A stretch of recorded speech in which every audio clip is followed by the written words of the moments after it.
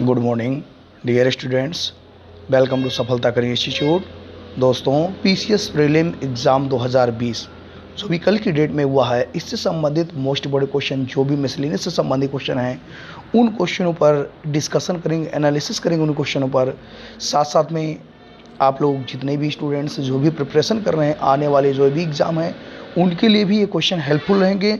तो आप ध्यान से वीडियो को देखिए और इनसे संबंधित क्वेश्चनों के जो है रिलेशन को जोड़िए, क्योंकि आजकल क्वेश्चनों का ट्रेंड जो है चेंज हो चुका है। चलिए स्टार्ट करते हैं दोस्तों। पहला क्वेश्चन है आपका, भारत के निम्नलिखित राज्यों में से किसमें कोविड-19 भारत के निम्नलिखित राज्यों में से किसमें कोविड-19 में पहली बार ई लोक अदालत प्रारंभ हुई है। यानी कोविड-19 के कारण जो है पहली बार ई लोक अदालत प्रारंभ हुई है। तो यदि कोई कार्य अगर पहली बार हो रहा दोस्तों, ये करंट का क्वेश्चन, किसका करंट का क्वेश्चन है। ऑप्शन है उत्तर प्रदेश, नेक्स्ट है महाराष्ट्र, नेक्स्ट है छत्तीसगढ़, नेक्स्ट है बिहार। तो राइट आंसर दोस्तों हो जाएगा छत्तीसगढ़। भारत के निम्नलिखित राज्यों में से किसमें कोविड-19 के कारण पहली बार ई लोक अदालत, तो पहली बार जो ई लोक अदालत तब जो है प्रारंभ हुई दोस्तों, कहाँ प्रारंभ हुई है, छत्तीसगढ़। नेक्स्ट है, अगला क्वेश्चन है आपका, जनवरी 2020 में उत्तर प्रदेश में कितने और स्थलों को रामसर साइट में शामिल किया गया है। 3, 6, 9, 12। अब आपको यह जानना जरूरी है कि रामसर स्थल जो है, ये रामसर स्थल में दोस्तों आपको मालूम है कि आर्द्र भूमियों को शामिल किया जाता है। रामसर सम्मेलन अभी देखिए, पिछली बार जो है पेपर जो आप लोगों ने देखा होगा आरओ में, वहाँ भी पूछा हुआ था कि रामसर सम्मेलन का संबंध है आर्द्र भूमियों के संरक्षण से।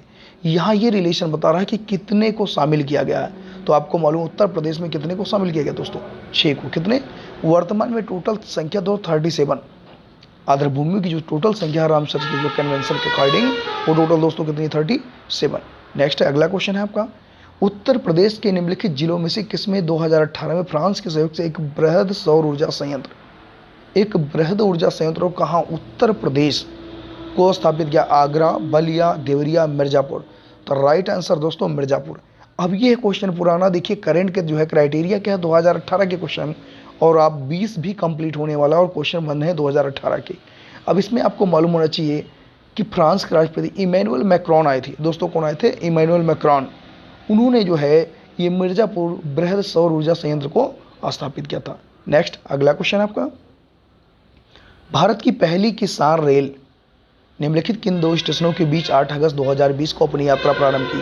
पहली, यदि कोई अगर पहला कार्य होगा दोस्तों, मोस्ट बड़ा क्वेश्चन है करंट के अकॉर्डिंग, यह 8 अगस्त 2020 को अपनी यात्रा प्रारंभ की गाजियाबाद और हावड़ा से, देवनाली महाराष्ट्र और दानापुर बिहार से, नासिक और नई दिल्ली से, या नासिक और अहमदाबाद से। तो राइट आंसर दोस्तों हो जाएगा देवनाली महाराष्ट्र और दानापुर बिहार से। ये पहली किसान रेल है ताकि किसान जो हैं सब्जी वगैरह जो भी दोस्तों आसानी से यहाँ पहुँचा सके। तो आप देखिए इंपॉर्टेंट क्वेश्चन है देवनाली महाराष्ट्र और दानापुर बिहार से।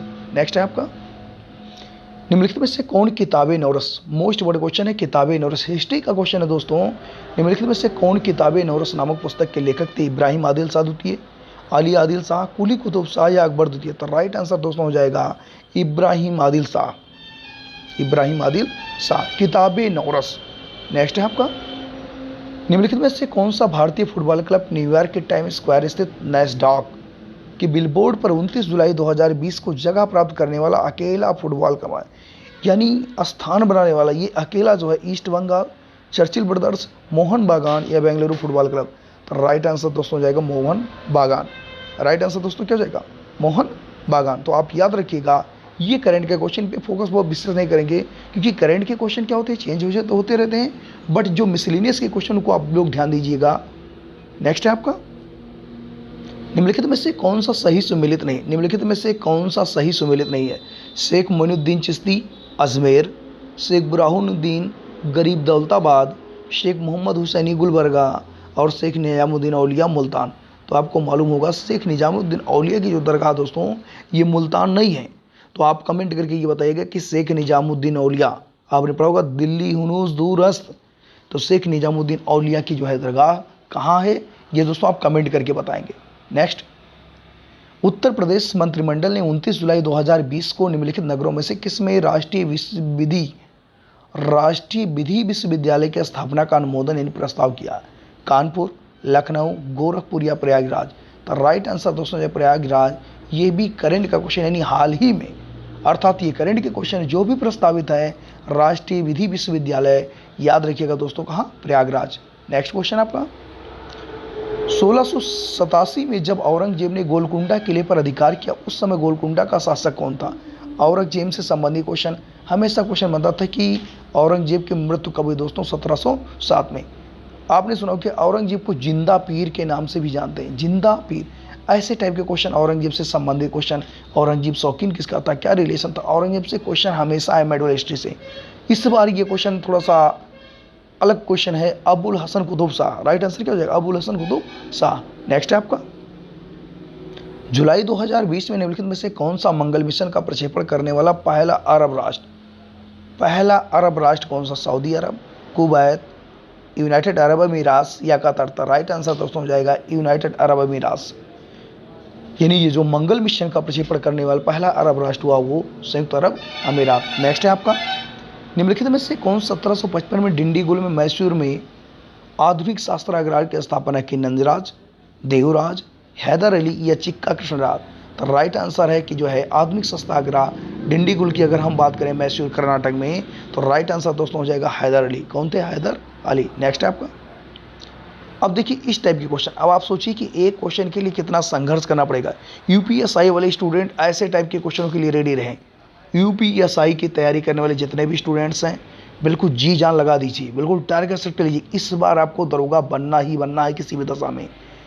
योगी जी ने वैकेंसी के लिए देखिए कितनी चर्चा, नियर अबाउट 3 लाख वैकेंसी आ रही है। 22,000 जो वैकेंसी ये रोडवेज के कर्मचारियों की वैकेंसी आ रही है, इसमें कंडक्टर हुए, ड्राइवर हुए, ऐसी वैकेंसी आ रही है।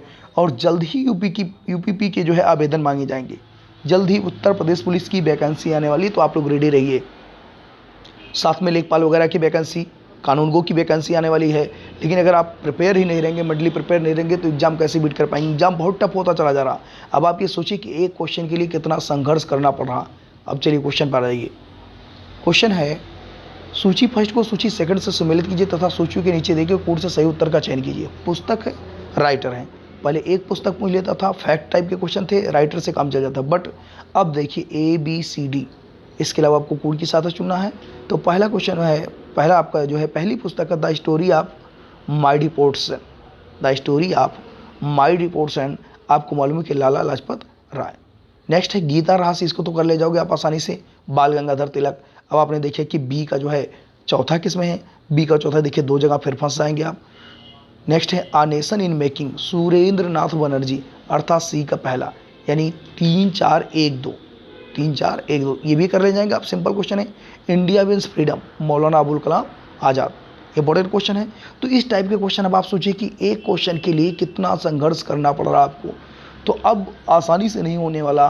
तो आप लोग इस तरीके के क्वेश्चनों की प्रैक्टिस कर लें कूट की सहायता से। असाइनमेंट और रीजन वाले क्वेश्चन इस टाइप के, इसी जैसे ये सब क्वेश्चन लेकर आए आपको पीछे से संबंधित क्वेश्चन, इसलिए आपको एनालिसिस करा रहे हैं कि ऐसे टाइप के क्वेश्चन की आपकी प्रैक्टिस हो जाए, ताकि आने वाले एग्जाम में यूपीएसआई सेम पैटर्न पे पूछेगा, कोई डिफरेंस नहीं मिलेगा दोस्तों आपको। यूपीएसआई का जो एग्जाम होगा उसमें जो भी क्वेश्चन जीएस वगैरह के आएंगे सेम इसी पैटर्न पे आएंगे। नेक्स्ट है आपका निम्नलिखित नेताओं में से कौन द्वितीय गोलमेज सम्मेलन में भाग नहीं लिया था। अभी तक ये पूछ रहा था कि द्वितीय गोलमेज सम्मेलन में भाग किसने लिया था, या मात्र एक कौन सा गोलमेज सम्मेलन था उसमें गांधी जी ने भाग लिया था। तो आपको मालूम है कि गांधी जी द्वितीय मिले थे, लेकिन इस बार कह रहा है कि सेकंड जो गोलमेज सम्मेलन हुए, आपको मालूम है कि 3 गोलमेज सम्मेलन हुए, 30 31 32, और तीनों में भाग लेने वाले डॉक्टर BR अम्बेडकर को कई बार पूछा हुआ दोस्तों, आपको मालूम होगा। लेकिन द्वितीय में MK गांधी को पूछ रहा था, लेकिन इस बार कह रहा है इसमें किसने नहीं लिया, गांधी जी, सरोजिनी नायडू, पंडित मदन मोहन मालवीय। तो ये तीनों के तीनों लोग इसमें भाग लेते, बट डॉक्टर राजेंद्र प्रसाद भाग इसमें नहीं लेते। नेक्स्ट, सिक्किम का भारत में विलय किसने किया। सिक्किम का भारत में विलय किसने किया, Lord Hastings, Lord William Bentinck, Lord Dalhousie या लॉर्ड ऑकलैंड। तो राइट आंसर दोस्तों हो जाएगा लॉर्ड हेस्टिंग। क्या हो जाएगा, लॉर्ड हेस्टिंग। सिक्किम का भारत में विलय। अब आपको मालूम है कि सिक्किम का भारत में जब आप पढ़ेंगे आर्टिकल 2A, दोस्तों को आर्टिकल जब 2A पढ़ेंगे तो वहाँ आप पढ़ेंगे 35 अमेंडमेंट और 36 अमेंडमेंट एक्ट। ये आपका 1974 1975 का है। और आपको मालूम है कि 1975 में ये जो भारत का एक अभिन्न अंग बना और 22वें राज्य के रूप में इसको दर्जा मिला सिक्किम को। नेक्स्ट, अगला क्वेश्चन आपका, समन्वित बाल विकास परियोजना के अंतर्गत निम्नलिखित में से कौन सा एक सम्मिलित नहीं है, पूरक पोषण, टीकाकरण, पोषण एवं स्वास्थ्य, शिक्षा या परिवार नियोजन? तो समन्वित बाल विकास परियोजना के अंतर्गत जो है परिवार नियोजन शामिल नहीं है। ये सब सिंपल क्वेश्चन अगर आप ऑलरेडी पहले से तैयारी अगर कर रहे हैं तभी कर पाएंगे, और कोई ऐसा क्वेश्चन नहीं कि अब जाकर के डायरेक्ट रट करके आप क्वेश्चन को कर पाएंगे। नेक्स्ट है, सूची फर्स्ट को सूची सेकंड से सुमेलित कीजिए। महाजनपद, राजधानियाँ। हिस्ट्री के क्वेश्चन है, कई बार चर्चा हुई 16 महाजनपदों की। अब इसमें आपको सुमेलित करा, देखिए एक सिंपल होता आराम से कर ले जाए, कोई भी स्टूडेंट कर लेगा, लेकिन इस तरीके की जब कूट से आता है तो फिर बड़ी दिक्कत होती है। मत्स्य, कुरु, सूर्यसेन, अस्मक। अब राजधानियाँ दी गई हैं तो आपको ये ध्यान देना है कि मत्स्य के क्या होगा, विराटनगर। कुरु अर्थात इंद्रप्रस्थ। नेक्स्ट है आपका सी का पहला हो जाएगा सूरसेन, आराम से कर ले जाएंगे, आप लोगों को भी रटा होगा, मथुरा। और अस्मक का हो जाएगा पोटन। तो ये इस तरीके के अगर एक दो अगर आपको कोरिलेट करें तो आसानी से कर ले जाएंगे, बट ये सब सिंपल क्वेश्चन है दोस्तों, आपको इनको याद होना चाहिए। नेक्स्ट, निम्नलिखित सूचकांकों में से कौन सा मानव विकास सूचकांक HDI, human develop index, human develop index, महबूब हक पाकिस्तानी अर्थशास्त्री का नाम आपने सुना होगा, सर्वप्रथम उन्होंने इस रिपोर्ट को शामिल किया था। लेकिन इसकी गणना में कौन सा कंटेंट शामिल नहीं है? जीवन प्रत्याशा है, शिक्षा ये भी है, और पर व्यक्ति इनकम। अगर तीन के तीनों अगर ऑलरेडी हैं तो सामाजिक असमानता क्या होगी? नहीं होगी। तो आपको ये ध्यान देना कि HDI, ह्यूमन डेवलप इंडेक्स, मानव विकास सूचकांक। नेक्स्ट है आपका, निम्नलिखित में से कौन सा वैश्विक तापवृद्धि ग्लोबल वार्मिंग का प्रभाव है? इफेक्ट क्या है ग्लोबल वार्मिंग का? इफेक्ट क्या है? समुद्र जल का बढ़ना, हिम नदियों का पिघलना, प्रवाल वृत्ति का विरंजन होना। अब तीन के तीनों तो आपको मालूम है सही है, बट 1, 2, 3 यानी 1, 2, 4, अब आप देख रहे हैं 1, 2, 4 कहीं कोई ऑप्शन में नहीं है। 1, 3, 4 यानी बीमारियों को अगर सुनते इसके कारण बीमारियां फैलने, ऐसी बात नहीं है। तो इस हिसाब से अगर कोई ऑप्शन रिलेट नहीं हो रहा तो हम 4 के चारों को चुन लेंगे, 1, 2, 3 और 4। इसका मतलब 4 के चारों सही। ग्लोबल वार्मिंग का इफेक्ट है कि समुद्र जल का तल बढ़ेगा, तो जब जो है हिम नदियाँ पिघलेंगी तो समुद्र का जल स्तर बढ़ेगा कि नहीं बढ़ेगा, और प्रवाल भित्ति का विरंजन होना। नेक्स्ट है आपका, पारिस्थितिकी संक्रमण अवधारणा, ये ऑपरेशन जो है का सर्वप्रथम प्रयोग किसने किया? एल्टन द्वारा, वर्गले द्वारा, रेडजेल द्वारा या बेनेट द्वारा? तो राइट आंसर दोस्तों हो जाएगा बेनेट द्वारा। पारिस्थितिकी संक्रमण अवधारणा का सर्वप्रथम प्रयोग किसने किया? बेनेट द्वारा। अभी कुछ क्वेश्चन देखिए, हो सकता है कन्फ्यूजन में का क्वेश्चन मिस हो रहे हों, लेकिन जहाँ तक मेरा आंकड़ा ये सब सही क्वेश्चन में लेकर के आए हैं, क्योंकि अभी आयोग की कोई की नहीं आई है, आयोग की आएगी, सब क्वेश्चन क्लियर कर दिए जाएंगे। नेक्स्ट है आपका, सामान्यतः पर्यावरण को निम्न प्रकार से वर्गीकृत किया जा सकता है, निम्नलिखित में से कौन सा एक इसे वर्गीकृत का आंसर नहीं है? यानी पर्यावरण को क्लासिफिकेशन करने के लिए कौन सा ऐसा कंटेंट है जो नहीं है? परिचालन पर्यावरण, भौतिक पर्यावरण, सांस्कृतिक या जैविकीय पर्यावरण? तो राइट आंसर दोस्तों हो जाएगा सांस्कृतिक पर्यावरण, जबकि भौतिक भी है, परिचालन भी है और जैविकीय है, सांस्कृतिक पर्यावरण नहीं होगा। नेक्स्ट है आपका, निम्नलिखित में से कौन सा एक प्राकृतिक रूप में वायुमंडल में पाई जाने वाली ग्रीन हाउस गैस नहीं है? कौन सी ग्रीन हाउस गैस नहीं है? तो ग्रीन हाउस गैस दोस्तों आपने पढ़ा होगा, मैंने हमेशा इन्वायरमेंट की क्लासेस में ग्रीन हाउस गैस वगैरह को फोकस किया है। ये करंट के तात्कालिक मुद्दे, इनसे क्वेश्चन बनना ही बनना से मान चलिए। कार्बन डाइऑक्साइड होगा, ओजोन भी हो जाएगा, मेथेन। तो ये जब हो जाएंगे तो नाइट्रोजन ऑक्साइड क्या होगा? नहीं होगा। क्या होगा? नहीं होगा। तो आपको सबसे पहले ये जानना जरूरी है कि ग्रीन हाउस क्या होता है, ग्रीन हाउस के कंटेंट्स कौन कौन से हैं और कौन से कंटेंट नहीं। आजकल की क्वेश्चन की विशेषता इनमें से कौन सा सही सुमेलित नहीं है। नेक्स्ट है आपका, योजना है प्रारंभ वर्ष है, यहाँ भी वही कूट की सहायता से सुमेलित करना। अब आपको ये ध्यान देना दोस्तों, पीएम जन आरोग्य अभियान ये 2015, पीएम वय वंदना योजना पुराने क्वेश्चन 2018, रोजगार प्रोत्साहन योजना 2000, स्वच्छ भारत अभियान दोस्तों 2014। अभी भी ये क्वेश्चन आ रहे हैं। अब आपको ये ध्यान देना कि जो भी संबंधित प्रधानमंत्री से योजनाएं हैं, इन पुराने क्वेश्चनों को आपको पढ़ के जाना है ताकि वहाँ कुछ गलत ना होने पाओ। स्वच्छ भारत अभियान की आज भी चर्चा चल रही है। 2 अक्टूबर 2014 को उसकी स्टार्टिंग थी और 2019 तक लक्ष्य रखा गया था इसको जो है क्लियर करने का। नेक्स्ट है आपका, विकास अन्वीक्षण और मूल्यांकन कार्यालय जो दीर्घकालिक नीति का अन्वीक्षण करता है, निम्नलिखित में से किस कार्यालय के अंतर्गत आता? कुछ ऐसे शब्द दोस्तों आपको मिलेंगे एग्जाम में देखने को जो आपको लगेगा कि नहीं हमारी क्राइटेरिया से बाहर हैं या हमने कभी सुना ही नहीं है। ऑप्शन से प्रधानमंत्री कार्यालय, गृह मंत्रालय, मंत्रिमंडल सचिवालय या नीति आयोग। तो ये नीति आयोग का है। किसका दोस्तों? ये नीति आयोग। नीति आयोग से क्वेश्चन बनेंगे श्योर, 100% मान लीजिए कि कोई ना कोई क्वेश्चन दोस्तों नीति आयोग से बनेगा, क्योंकि योजना आयोग को कैंसिलेशन करके किसका गठन किया गया दोस्तों? नीति आयोग का। नेक्स्ट है, उत्तर प्रदेश में बायोटेक्नोलॉजी पार्क या इसी को लिख करके दोस्तों पूछता है कि जैव प्रौद्योगिकी पार्क कहाँ स्थित है? कानपुर, गाजियाबाद, नोएडा या लखनऊ? तो राइट आंसर दोस्तों क्या हो जाएगा? राइट आंसर इसका हो जाएगा लखनऊ। कुछ लोग नोएडा वगैरह में कंफ्यूज, लेकिन राइट आंसर इसका दोस्तों एक बार नहीं हजारों बार पूछे। यूपी स्पेशल का मोस्ट बड़ा क्वेश्चन है बायोटेक्नोलॉजी पार्क लखनऊ या जैव प्रौद्योगिकी पार्क दोस्तों लखनऊ। नेक्स्ट है विश्व बैंक की ease of doing business report के संदर्भ में निम्नलिखित कथनों में से कौन सा सही? इसी टाइप के क्वेश्चन दोस्तों आएंगे, आप लोग विशेष करके इस टाइप की तैयारी करिए। अब फैक्ट से काम नहीं चलने वाला, किसी भी कंटेंट्स के बारे में डिटेल जानना जरूरी है।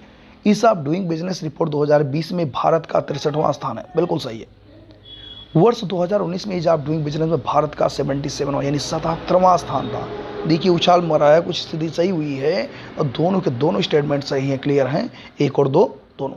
नेक्स्ट है सूची फर्स्ट को सूची सेकंड से सम्मिलित कीजिए। सूची के नीचे दिए गए कोड के सही उत्तर का चुनाव कीजिए। अनुच्छेद है, प्रावधान है। पहले देखिए इस आपको सिंपल से मिल जाता कि राष्ट्रपति पर महाभियोग प्रक्रिया के अनुच्छेद 61 कर लेते, आराम से जाता। या पूर्व सूचना कितने दिन देगी? 14 दिन। ऐसे नहीं काम चलने वाला। अब तो आपको मालूम है कि 4 कंटेंट यानी एक क्वेश्चन 1 नंबर के लिए 2 नंबर के लिए आपको कितना बड़ा संघर्ष करना आप समझ सकते हैं। अब देखिए दिया हुआ अनुच्छेद, दिया हुआ प्रावधान दिया है। अनुच्छेद यानी आर्टिकल 61, आर्टिकल 61 पर देखेंगे आपको मालूम है कि राष्ट्रपति पर महाभियोग प्रक्रिया लगाने का जो है प्रावधान है अनुच्छेद 61 में। पहले का क्या हो जाएगा? 2 हो जाएगा। अब दो जगह मिल रहे, अभी क्लियर नहीं हुआ। नेक्स्ट है अनुच्छेद 67 का, अब आपका हो जाएगा उपराष्ट्रपति वाइस प्रेसिडेंट को हटाना। नेक्स्ट है आपका अनुच्छेद 94 का हो जाएगा अनुच्छेद स्पीकर को हटाना। अनुच्छेद 90 का और राज्यसभा के उपसभापति को हटाना। तो आप ये लोग थोड़ा सा आप लोगों को जो है आर्टिकल रटना पड़ेगा, आपको आर्टिकल को विशेष ध्यान देना पड़ेगा। और हम जल्द ही जो है और आप लोगों से ये है कोशिश की आप लोग जल्द से जल्द जो है मात्र 30-40 सब्सक्राइबर की ज़रूरत है, उसके बाद 1000 हो जाएंगे और उसके बाद लाइव क्लास वगैरह की हम लोग कोशिश करेंगे। लेकिन आप लोग बिल्कुल लापरवाही करेंगे और आप लोग कोशिश करके अगर जितने भी लोग जुड़े अगर एक करा देंगे, एक सब्सक्राइब लोग करवा देंगे तो आराम से आपका हो जाएगा। कोशिश करिए आप लोग करवा दीजिए ताकि जल्द से जल्द हम लोग लाइव आ सकें। और संविधान वगैरह तो आपको ऐसा पढ़ा देंगे कि एक भी क्वेश्चन मिस नहीं होगा दोस्तों। नेक्स्ट है आपका मानव गरीबी सूचकांक HPI की अवधारणा में विकास रिपोर्ट 1997 में प्रस्तुत की गई थी, लेकिन मानव विकास रिपोर्ट ने से बहुआयामी गरीबी सूचकांक MPI मल्टी पॉवर्टी जो है इंडेक्स निम्नलिखित में से किस वर्ष में प्रतिस्थापित कर दिया? 1999, 2005, 2015 या 2010? तो राइट आंसर तो हो जाएगा 2010। नेक्स्ट है आपका हौसला पोषण, हौसला 2018 के संदर्भ में कौन सा सही है? अब आप बताइए, आप 2020 के करंट रट करके गए हैं, किसी काम का है? 2-4 क्वेश्चन छोड़ दे, लेकिन आप देख रहे हैं कि लगातार क्वेश्चन 2018 क्या रहे हैं। तो जो लगातार करंट पढ़ेगा पढ़ता रहे, कोई जरूरी नहीं कि 2019 का पढ़ेंगे 20 का, ऐसा नहीं। करंट पर डे का पर डे मात्र 10 से 15 मिनट समय लगते हैं, पर डे का पर डे मेंटेन हो जाए, पुनः दिक्कत नहीं होने वाली। जो 20 से 25 क्वेश्चन ये करंट आते हैं आराम से कर लेंगे। पहला कथन है हौसला 2018 का आयोजन महिला एवं बाल विकास मंत्रालय भारत सरकार द्वारा नई दिल्ली में हुआ। यह बच्चों की देखरेख करने वाली संस्थाओं के बच्चों का राष्ट्रीय उच्चता दोनों यानी पका पकाया भोजन हौसला पोषण अभियान के अंतर्गत था। ये जो है गर्भवती स्त्रियों और बच्चों के जो है कुपोषण होने से बचाने के लिए इस योजना की स्टार्टिंग दिल्ली से की गई थी। नेक्स्ट है भारत के महान्यायवादी के संदर्भ में निम्नलिखित कथनों पर विचार कीजिए। राष्ट्रपति किसी ऐसे व्यक्ति की नियुक्ति करेगा जो उच्चतम न्यायालय के न्यायाधीश के रूप में नियुक्ति के लिए अर्ह होगा। महान्यायवादी इतना पारिश्रमिक प्राप्त करेगा जो संसद द्वारा कहीं अवधारित कोई प्रावधान नहीं। तो दोस्तों राइट आंसर क्या हो जाएगा? केवल एक ही सही होगा। राष्ट्रपति किसी ऐसे व्यक्ति की नियुक्ति करेगा जो सुप्रीम कोर्ट के न्यायाधीश के रूप में नियुक्ति के लिए, क्योंकि जो नियुक्ति करेगा महान्यायवादी अटॉर्नी जो जनरल होते हैं, प्रथम विधि अधिकारी भारत सरकार। नेक्स्ट है आयुष्मान भारत योजना के संदर्भ में निम्नलिखित कथनों में से कौन सा सही है? यह योजना प्रति व्यक्ति 5 लाख रुपए का मुफ्त स्वास्थ्य बीमा प्रदान कर दी। तो आपने रट लिया होगा, कितनी बार इसकी चर्चा हो चुकी है। इस योजना में होने वाले व्यय में केंद्र और राज्यों की जो भागीदारी का रेशियो दोस्तों वो 60 और 40 का। इस अकॉर्डिंग पहला कूट की सहायता से अभी आपको ऊपर नहीं चुनना, यहाँ केवल 1 केवल 2 1 और 2 दोनों, ना तो 1 ना तो 2। अब यहाँ फंस जाएंगे अगर आपको क्लियर नहीं है कॉन्सेप्ट, तो 1 और 2 दोनों। नेक्स्ट है आपका निम्नलिखित में से कौन सा एक सही सुमेलित नहीं? अनुच्छेद 39 से आर्टिकल रटना बहुत जरूरी है। अनुच्छेद 39 ए समान न्याय और निःशुल्क विधिक सहायता। जब दोस्तों आप लोगों ने पढ़ा होगा डीपीएसपी में, directive principle of state policy में, अनुच्छेद 39 ए को पढ़ा गया, 39 का को समान न्याय एवं निःशुल्क विधिक सहायता का प्रावधान है। अनुच्छेद 40 ग्राम पंचायतों का संगठन, अनुच्छेद 44 समान नागरिक संहिता या एक समान सिविल संहिता, अनुच्छेद 48 न्यायपालिका का कार्यपालिका से पृथक्करण, साफ साफ ये गलत है। अनुच्छेद 48 में अगर आप लोगों ने पढ़ा होगा कृषि और पशुपालन संगठन के बारे में दोस्तों पढ़ा होगा, और आप ये बताइएगा कि न्यायपालिका का कार्यपालिका से जो पृथक्करण है दोस्तों ये किस आर्टिकल में है, ये जो है आप कमेंट करके श्योर बताएं। नेक्स्ट है आपका, भारत के सर्वोच्च न्यायालय से संविधान के आधारभूत ढांचे के सिद्धांत को स्पष्ट किया। भारत के सर्वोच्च न्यायालय ने संविधान के आधारभूत ढांचे को के सिद्धांत को स्पष्ट किया। गोलकनाथवाद 1967 में, केशवानंद भारतीवाद 1973। राइट आंसर दोस्तों हो जाएगा केशवानंद भारतीवाद 1973 में। आप ये ध्यान दीजिएगा, केशवानंद भारतीवाद 1973 में। नेक्स्ट है, भारतीय संविधान के कौन सा अनुच्छेद नागरिकता से संबंधित है? अनुच्छेद 3 से 10, अनुच्छेद 4 से 11, अनुच्छेद 6 से 11, अनुच्छेद 5 से 11। दोस्तों जब भी हमने पढ़ाया होगा तो हमने ये बताया होगा कि पार्ट 2 में सिटीजनशिप दी गई है। दोस्तों क्या दी गई है? सिटीजनशिप पार्ट 2 में दी गई है। इसके डिवाइडेशन की अगर हम बात करें दोस्तों 5 से 11, और अगर हम पार्ट 1 की बात करें तो 1 to 4 यानी 1 से 4, 5 से 11, फिर आपको मालूम है दोस्तों 12 से जो है 35, फिर 36 से दोस्तों 51, ऐसे टाइप का डिवाइडेशन मैंने बताया है। और जितने भी स्टूडेंट पहले पढ़ चुके हैं उनको ये सब मालूम है। 1 सेकंड का उनके लिए मात्र 1 सेकंड का क्वेश्चन होगा। नेक्स्ट है आपका, नेक्स्ट क्वेश्चन है आपका, पदार्थ है अनुप्रयोग है, नीला थोथा, इयोसिन, सिल्वर आयोडाइड और जिंक फास्फाइड। अब दोस्तों आपको मालूम है कि नीला थोथा का इस्तेमाल हम कवकनाशी के रूप में करते हैं। किसमें? कवकनाशी। इयोसिन लिख करके पूछेगा, लाल स्याही इसमें से क्या है? इयोसिन। नेक्स्ट है सिल्वर आयोडाइड, कृत्रिम वर्षा। कृत्रिम वर्षा कैसे होगी? सिल्वर आयोडाइड का छिड़काव जो करेंगे, कृत्रिम वर्षा। नेक्स्ट है जिंक फास्फाइड, कृंतकनाशी, रोडेंटोनाशी अर्थात चूहा। रोडेंटोनाशी करेंगे दोस्तों क्या जाएगा? चूहा जाएगा। आप ये ध्यान दीजिएगा नहीं वहाँ चूहा ना मिले और जिंक फास्फाइड लिए घूम रहे हैं। नेक्स्ट है आपका, भारतीय संसद की सबसे बड़ी समिति कौन सी होती है? लोक लेखा समिति, लोक उपक्रम समिति या याचिका समिति। ये तीनों के तीनों अगर एलिमिनेट कर तो राइट आंसर दोस्तों हो जाएगा प्राक्कलन समिति। सबसे बड़ी 30, और इसमें कितने मेंबर दोस्तों? 30 मेंबर होते। कितने होते हैं? 30। नेक्स्ट, निम्नलिखित में से कौन सा कृत्रिम पदार्थ नहीं है?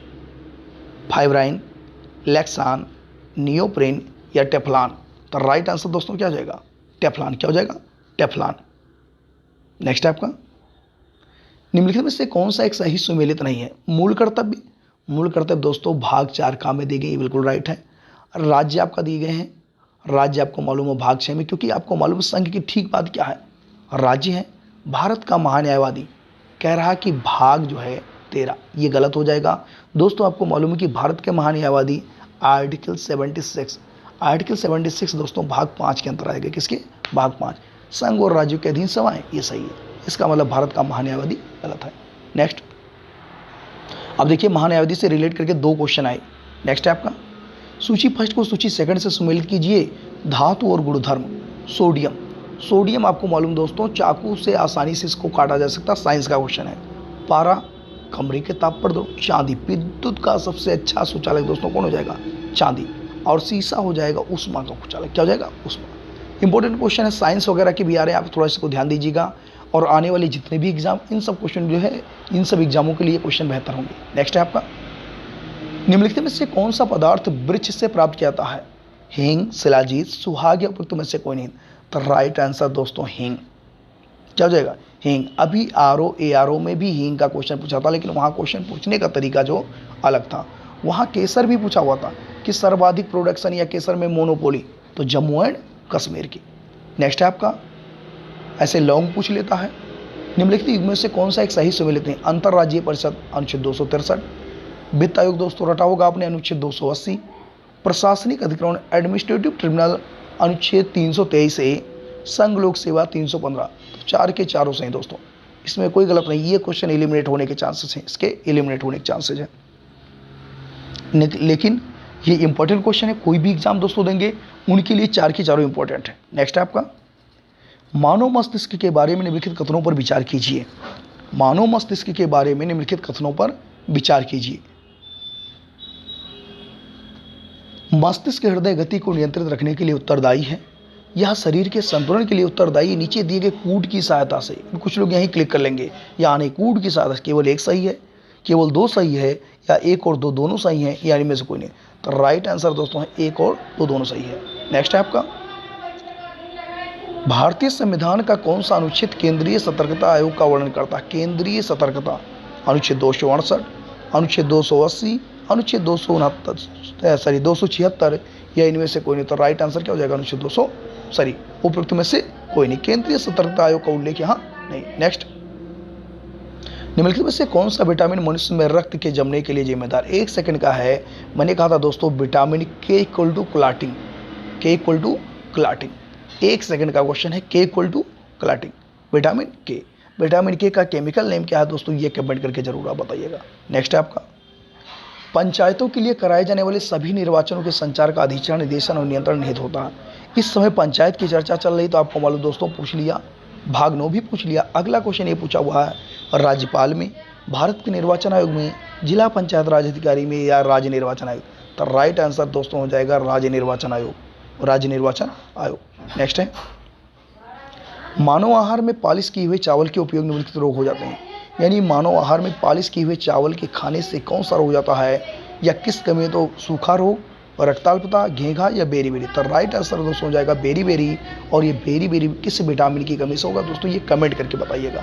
नेक्स्ट है, निम्नलिखित में से कौन से पदाधिकारियों को हटाने की संसद की कोई भूमिका नहीं होती? उच्च न्यायालय के न्यायाधीश, उच्चतम न्यायालय के न्यायाधीश, अध्यक्ष संघ लोक सेवा आयोग, और भारत के नियंत्रक महालेखा परीक्षक। तो दोस्तों इसमें दोनों तो होंगे, ये उच्च न्यायालय के न्यायाधीश उच्चतम ये तो होंगे, बट ये अध्यक्ष संघ लोक सेवा आयोग, भारत के नियंत्रक और महालेखा परीक्षक ये नहीं होंगे। इसका मतलब ये कूट की सादत। तो राइट आंसर क्या होगा? 3 और 4। नेक्स्ट है, निम्नलिखित में से कौन सा बहुलक एक थर्मोप्लास्टिक नहीं? टेफ्लॉन, पॉलीस्टायरीन, पॉलीथीन, या नियोप्रीन? तो राइट आंसर क्या हो जाएगा दोस्तों? नियोप्रीन। क्या है? नियोप्रीन। नेक्स्ट है, जीन के भीतर अनुक्रम आधार में परिवर्तन कहलाता उत्परिवर्तन, म्यूटेशन, प्रतिरूपण, संयोजन, या प्रजनन? तो राइट आंसर दोस्तों हो जाएगा उत्परिवर्तन। ह्यूगो डी ब्रीज को पढ़ा होगा दोस्तों आपने, ह्यूगो डी ब्रीज को भी पूछा हुआ था, उत्परिवर्तनवाद के founder Hugo de Vries. Next है, संविधान के किस भाग में पंचायती राज? मोस्ट बड़े क्वेश्चन, हमेशा चर्चा करते हैं, भाग पूछेगा दोस्तों, और वो भी रोमन में पूछा हुआ है, और रोमन में ही पूछा हुआ।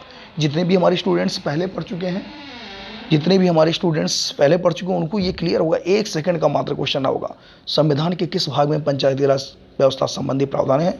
भाग 9 में। तो आपको इसी तरीके पूछेगा, इस तरीके नहीं पूछेगा, या हिंदी में नहीं पूछेगा, ये रोमन में ही पूछेगा दोस्तों। नेक्स्ट है, समुदायों का पूर्णक्रम जो क्रमशः एक निश्चित स्थान बदलता है कहलाता है पारिस्थितिकी अनुक्रम। क्या कहलाता है दोस्तों? ये इन्वायरमेंट के क्वेश्चन, किसके? इन्वायरमेंट के क्वेश्चन है, पारिस्थितिक अनुक्रम। नेक्स्ट है आपका, सूची फर्स्ट सूची सेकंड, पर्वत और देश, कौन सा पर्वत किस देश में स्थित है? आप इसको, इसे आपसे पूछेगा, एटलस, किलिमंजारो, चिम्बोराजी और पिरेनीज। अब आपको मालूम है कि दोस्तों पहले कुछ नहीं मालूम होगा तो पिरेनीज जरूर मालूम होगा दोस्तों। ये कहाँ है? France, Spain. और किलिमंजारो दोस्तों तंजानिया में। अगर ये दोनों के दोनों रिलेट करें तो आराम से हो जाएगा। और चिम्बोराजी दोस्तों इक्वाडोर में है, और एटलस मोरक्को। तो राइट आंसर आपका हो जाएगा 4, 3, 2, 1। ये ध्यान देना, यही सब टाइप के क्वेश्चन दोस्तों आ रहे हैं कि एटलस पर्वत कहाँ, पिरेनीज कहाँ, किलिमंजारो कहाँ है। नेक्स्ट आपका, हरित गृह प्रभाव, ग्रीन हाउस इफेक्ट के अभाव में भू का औसतन तापमान कितना होगा? 0 degree centigrade, 5 degree centigrade, 0, 18 degree या 20? तो क्या हो जाएगा? -18 डिग्री सेंटीग्रेड। दोस्तों कितना? -18। दूसरा क्वेश्चन है ग्रीन हाउस इफेक्ट का। नेक्स्ट है आपका, निम्नलिखित में से कौन सा एक सही सम्मिलित नहीं? Morocco, Rabat. देखिए देश और राजधानियाँ, अब यूपीपी का बन गया क्वेश्चन ये। यूपीपी में देखिए राजधानी वगैरह पूछता था, लेकिन यहाँ भी इस तरीके के क्वेश्चन आने लगे। Morocco, Rabat, Tunisia, Tunis, Algeria, Algiers. लेकिन केप वर्दे का दोस्तों बमाको नहीं है, केप वर्दे का बमाको नहीं है। लेकिन ये ध्यान देना कि सम्मिलित नहीं, इसी टाइप के क्वेश्चन आएंगे। नेक्स्ट है आपका, एक पारिस्थितिकी तंत्र के विभिन्न घटकों में से होकर पोषक तत्वों का गुजरना कहलाता है जैव भू रासायनिक चक्र। क्या कहलाएगा दोस्तों? इन्वायरमेंट का 1 सेकंड का क्वेश्चन है, जैव भू रासायनिक चक्र। नेक्स्ट है, निम्नलिखित घटनाओं में उनके प्रारंभ के कालानुक्रम। इस तरीके के क्वेश्चन मतलब बड़ी समस्याएं क्रिएट हो जाती हैं। निम्नलिखित घटनाओं को उनके प्रारंभ के कालानुक्रम में व्यवस्थित कीजिए। प्रोजेक्ट टाइगर, अब आपको मालूम अगर है तो आपको ये ध्यान देना कि प्रोजेक्ट टाइगर का 1973, प्रोजेक्ट हाथी 1992, वन्यजीव संरक्षण अधिनियम 1972 और जैव विविधता अधिनियम 2। अब इसको कोरिलेट करेंगे, कह रहा कूट की सहायता सही उत्तर का चुनाव करिए। तो पहले दोस्तों कौन आ जाएगा, वन्यजीव संरक्षण अधिनियम 1972, उसके बाद 73, उसके बाद प्रोजेक्ट हाथी, उसके बाद जैव विविधता अधिनियम। अगर ये सन नहीं मालूम होगा तो कैसे कर पाएंगे, तो आप विशेषकर फोकस करिएगा, जो चीज़ पढ़िए क्यों, कहाँ, कैसे, कब, किस सन का, ये सारी चीज़ें क्लियर करके पढ़िए। नेक्स्ट है आपका सुपोषण, यूट्रिफिकेशन के संबंध में लिखित में से कौन से कथन सही हैं। यह जल में घुलित ऑक्सीजन को कम करता है, या जल निकाय के पोषक तत्व संवर्धन की घटना है, कूट की सहायता से सही उत्तर का चुनाव करिए। केवल एक, केवल दो, एक और दो, दोनों, ना तो एक ना तो दो। तो राइट आंसर दोस्तों हो जाएगा एक और दो, दोनों। नेक्स्ट है आपका उष्णकटिबंधीय चक्रवात देश है कौन सा, आप आराम से कर लेंगे, बहुत सिंपल क्वेश्चन, मैंने कई बार चर्चा की, जैसे वेलेबिली, ऑस्ट्रेलिया।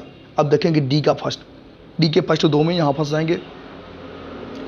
और उसके अलावा दोस्तों बागियो, आपका हरिकेन दोस्तों का हो जाएगा यूएसए, क्या हो जाएगा यूएसए, इसका मतलब बी का चौथा, बी का चौथा, आप आराम से कर ले जाएंगे। और उसके बाद आपका बागियो क्या है फिलीपींस, और टाइफून दोस्तों चीन या जापान। बहुत ही सिंपल क्वेश्चन, इंपॉर्टेंट क्वेश्चन हमेशा आता है, चक्रवात, और इसी को भारत में चक्रवात कहते हैं। क्या कहते हैं, चक्रवात। जब भी हमने साइक्लोन की चर्चा होगी दोस्तों, इन्हीं क्वेश्चन को मैंने जरूर हमेशा फोकस किया है, ऐसे टाइप के क्वेश्चन। नेक्स्ट है निम्नलिखित में से कौन सा सही सुमेलित है, तांबा चित्रदुर्ग, लौहअयस्क बेल्लारी, मैग्नीज भीलवाड़ा, बाक्साइड कटनी। इनमें से कूट से सही, इनमें से कौन सा सुमेलित नहीं, और भी उसके अलावा कूट दे दिया है कि एक और दो, दो और तीन, एक और तीन या दो और चार। तो राइट आंसर दोस्तों हो जाएगा एक और तीन, तांबा और मैग्नीज, ये दोनों के दोनों जो उत्खनन सर हैं दोस्तों ये गलत है। नेक्स्ट है उत्तर प्रदेश के निम्नलिखित में से किस हवाई अड्डे को भारत के केंद्रीय मंत्रिमंडल ने 24 जून 2020 को अंतर्राष्ट्रीय दर्जा स्वीकृत किया है। कुशीनगर हवाई अड्डे को भी हाल ही में इन्होंने अंतर्राष्ट्रीय हवाई अड्डे का दर्जा दिया है। नेक्स्ट है, ये तो करेंट के क्वेश्चन है, सूची फर्स्ट को सूची, देखिए इसी टाइप के क्वेश्चन मैं मेन यही आपको इंट्रोड्यूस कराना चाह रहा हूँ कि देखिए कैसी किस टाइप के क्वेश्चन आने लगे, क्वेश्चनों की टेंडेंसी कैसे चेंज होती चली जा रही है। राष्ट्रीय उद्यान और राज्य, पहले तो पूछ लिया इंद्रावती, एक सेकंड का क्वेश्चन है, अब ये कह रहा है कि नहीं चार को बताना आपको। तो सबसे पहला क्वेश्चन इंद्रावती राष्ट्रीय उद्यान दोस्तों कहाँ, ये छत्तीसगढ़। अब एक का चार देखेंगे, अब चार तीनों में, यहाँ भी नहीं फिट होगा। अगला आपका कलेसर हरियाणा, कलेसर दो दोस्तों देखेंगे तो आपका हरियाणा, सी का 2 हो जाएगा, सी का 2, इसका मतलब जो है 4 3 2। बी का जो दोस्तों डी का हो जाएगा बेतवा, आपने सुना बेतला, झारखंड, क्या हो जाएगा झारखंड। और मोरलेम हो जाएगा दोस्तों गोवा। नेक्स्ट है आपका निम्नलिखित में से किस राज्य सरकार ने पशु किसान क्रेडिट कार्ड योजना का प्रारंभ 2020 में किया है, गुजरात, पंजाब, राजस्थान या हरियाणा। तो राइट आंसर दोस्तों हो जाएगा हरियाणा। हरियाणा तो आपको मालूम पशुओं से काफ़ी रिलेशन है, यहाँ अनुसंधान संस्थान वगैरह भी हरियाणा में है, करनाल में। नेक्स्ट है आपका नीचे दिए गए कथन जिनमें से ए दूसरे को आर कहा गया, ये यूपीएसआई की विशेषता है। कथन यानी आपका असाइनमेंट है। अहमदाबाद भारत में सूती वस्तु उद्योग का सबसे बड़ा केंद्र आपको मालूम होगा। रीजन है अहमदाबाद भारत के प्रमुख कपास उत्पादन क्षेत्रों में स्थित, इसलिए कच्चा माल की कोई समस्या नहीं। आपको मालूम है कि गुजरात वगैरह में कपास का प्रोडक्शन होता है। तो ए और आर दोनों सही, आर ए की सही व्याख्या भी करता है। नेक्स्ट है आपका रक्षा मंत्रालय भारत सरकार द्वारा अगस्त 2020 में प्रारंभ किया गया सार्थक निम्नलिखित में से किससे संबंधित, स्मार्ट बम से, रॉकेट प्रक्षेपक से, हल्के लड़ाकू विमान से या आप तटीय गश्ती जहाज से। राइट आंसर क्या होता है दोस्तों, आप तटीय गश्ती जहाज। ये करंट के क्वेश्चन है। नेक्स्ट झील है, अवस्थिति है, यहाँ भी वही कूट की सहायता से रिलेट करना है। ये सब आप इस टाइप के क्वेश्चन, एक नहीं जितने भी संबंधित क्वेश्चन बने, 4 कंटेंट से रिलेट करिए। इससे जब भी मैं एग्जाम कराता हूँ तो हमेशा एग्जाम जब मैं कंडक्ट कराता हूँ या टेस्ट वगैरह जब कंडक्ट कराता हूँ तो मैंने हमेशा कोशिश की है कि इफेक्ट पे ना रख करके आपको लोगों को 4 के चारों कंटेंट्स बताए जाए। अब आज आप लोगों को समझ में आ रहा है कि नहीं उसका जो है रिजल्ट, उसकी सिचुएशंस क्या है। अब आप देखिए कि जैसे मान लीजिए दिया साला झील या बड़खल झील, लोकटक झील, तो एक ही आपको याद होगा लोकटक झील मणिपुर, लोकटक झील मणिपुर। अब सब कैसे करेंगे, कालबेली आपका तमिलनाडु में है, बड़खल हरियाणा में, साला झील आपका अरुणाचल में। जब जानकारी रही कि दोस्तों करेंगे मात्र एक कंटेंट से कोरिलेट नहीं हो पाएगा। नेक्स्ट है आपका निम्नलिखित में से किसने ग्लोबल वैक्सीन सम्मेलन जून 2020 की मेजबानी की है। वैक्सीन की लगातार चर्चा चल रही है कोविड महामारी को लेकर के। वो आप ये ध्यान दें, यूनाइटेड किंगडम, संयुक्त राज्य अमेरिका, भारत और चीन। तो राइट आंसर दोस्तों जाएगा यूनाइटेड किंगडम। और आजकल क्वेश्चन के जो है करंट के क्वेश्चन आने के ट्रेंड जो है सिस्टम सब चेंज हो चुके हैं, क्योंकि करंट के क्वेश्चन जो इंपॉर्टेंसी पहले होती थी अब वो नहीं पूछ रहा है। ना किसी पुरस्कार को पूछेगा, ना ही कोई जो है कॉन्फ्रेंस ऑफ पार्टीज़ को, ना इसके अलावा आपको मालूम है कि किसी सूचकांक वगैरह को। तो इस टाइप के जो क्वेश्चन थे अब वो जो है वहाँ से जो है एक कदम आगे बढ़ करके नेक्स्ट क्वेश्चन आ रहा। जनजातियाँ और स्थिति, कौन सी जनजाति कहाँ स्थित है? अंगामी नागालैंड, क्योंकि इनमें से कह रहा है कौन सा सही सम्मिलित है? अंगामी नागालैंड में, बीरहोर दोस्तों झारखंड में, और उसके बाद खस जो है अरुणाचल प्रदेश में, टोडा तमिलनाडु में। तो गलत क्या है? खस होना चाहिए। इसके अकॉर्डिंग राइट आंसर क्या होगा? खस Arunachal Pradesh. Next, thank you दोस्तों, इस वीडियो में इतना ही। दोस्तों आप लोग उस चैनल को कोशिश करिए, जितने भी लोग जुड़े हैं अगर प्रयास करेंगे तो आज ही की डेट में 1000 सब्सक्राइबर हमारे कंप्लीट हो जाएंगे, और बिना आपके सहयोग से ये चैनल चलना बड़ा मुश्किल है। और अगर आप लोग चैनल को सब्सक्राइब नहीं करेंगे, शेयर नहीं करेंगे, लाइक नहीं करेंगे तो हम लोगों का मोटिवेशन नहीं बढ़ेगा, और जब तक हम लोगों का मोटिवेशन नहीं बढ़ेगा तब तक हम आपके लिए कंटेंट्स या किसी भी कंटेंट्स को कैसे लाएंगे, कैसे हम आपको समय देंगे।